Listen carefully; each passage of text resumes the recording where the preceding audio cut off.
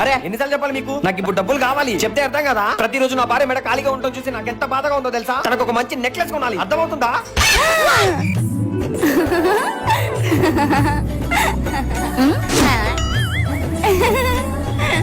మర్యాదగా నా డబ్బులు నాకు ఇస్తే బాగుంటుంది, లేకపోతే నేనేం చేస్తున్నా నాకే తెలియదు.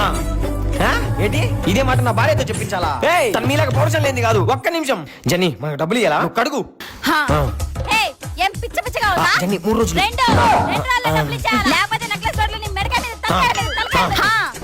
విన్నావుగా, అర్థమైందిగా. 2 రోజుల్లో డబ్బులు ఇయ్యాలా? ఎవరు సిద్ధు? మా మామ. అంటే నాకేమవుతాడు? నానవుతాడు.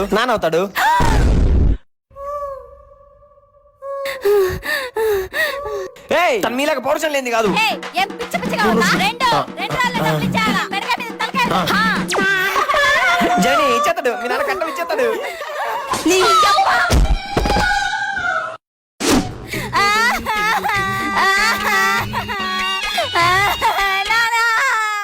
క్షమించు నాన్న.